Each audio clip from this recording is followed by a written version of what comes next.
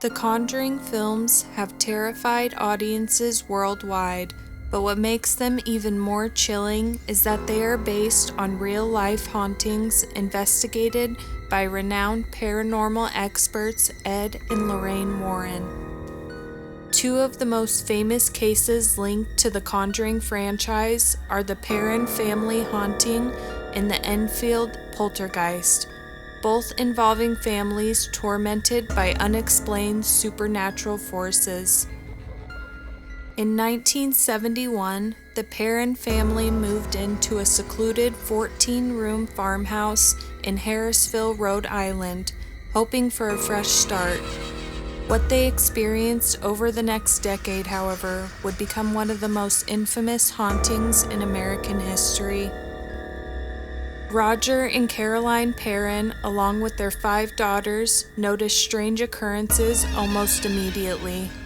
At first, it was small things, brooms moving on their own, piles of dirt appearing on the freshly swept floor, and a strange rotting smell lingering in certain areas of the house. The girls reported seeing shadowy figures lurking in the hallways at night, whispering voices, and the sensation of unseen hands pulling at their blankets. As the weeks passed, the activity escalated.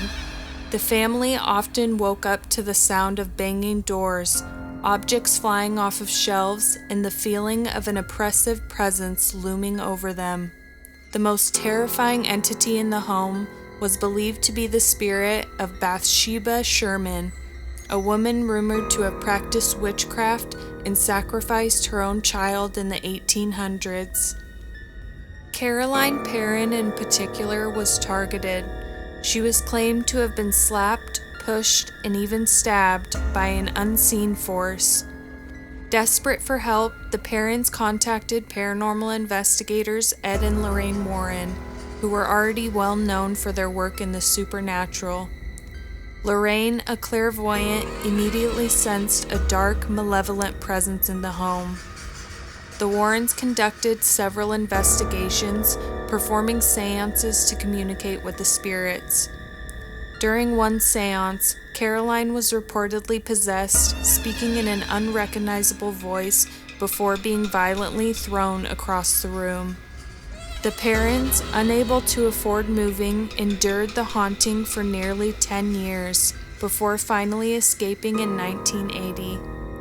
To this day, visitors and investigators claim that eerie activity continues in the house, with unexplained footsteps, doors slamming shut, and shadowy figures lurking in the corners. Was it the lingering spirit of Bathsheba Sherman, or was the house simply a magnet for supernatural forces? No one can say for sure, but one thing is certain. Something truly terrifying happened in that farmhouse, leaving the Perron family forever haunted by their experiences. 6 years after the Perron family was terrorized by their demon, another family in Enfield, England began to experience similar things. In August of 1977, the Hodgson family started seeing and hearing strange things in the home. Furniture moved on its own, knocking sounds echoed through the walls, and objects flew across the room.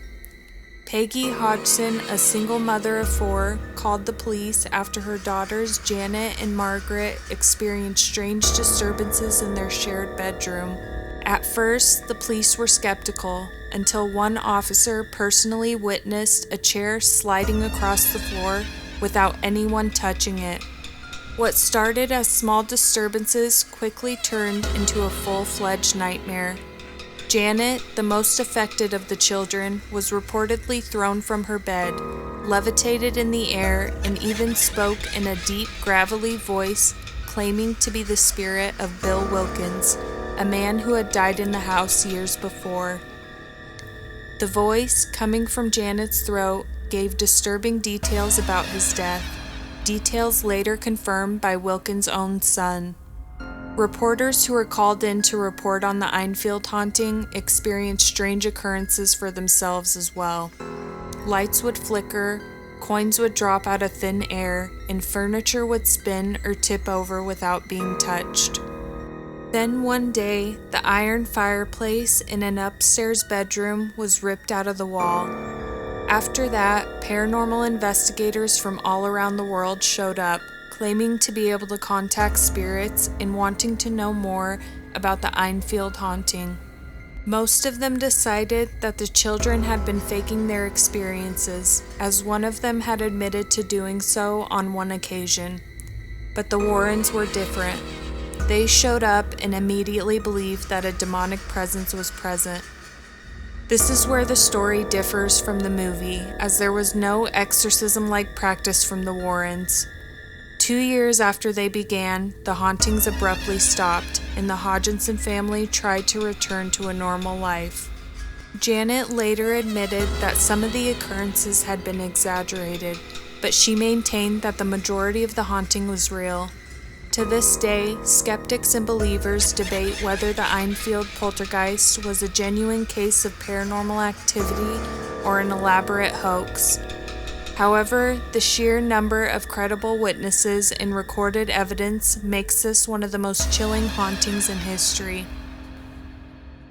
What do you think? Did the Perron and Hodgson families fabricate their terrifying experiences, or were the hauntings undeniable proof that dark forces exist in our world?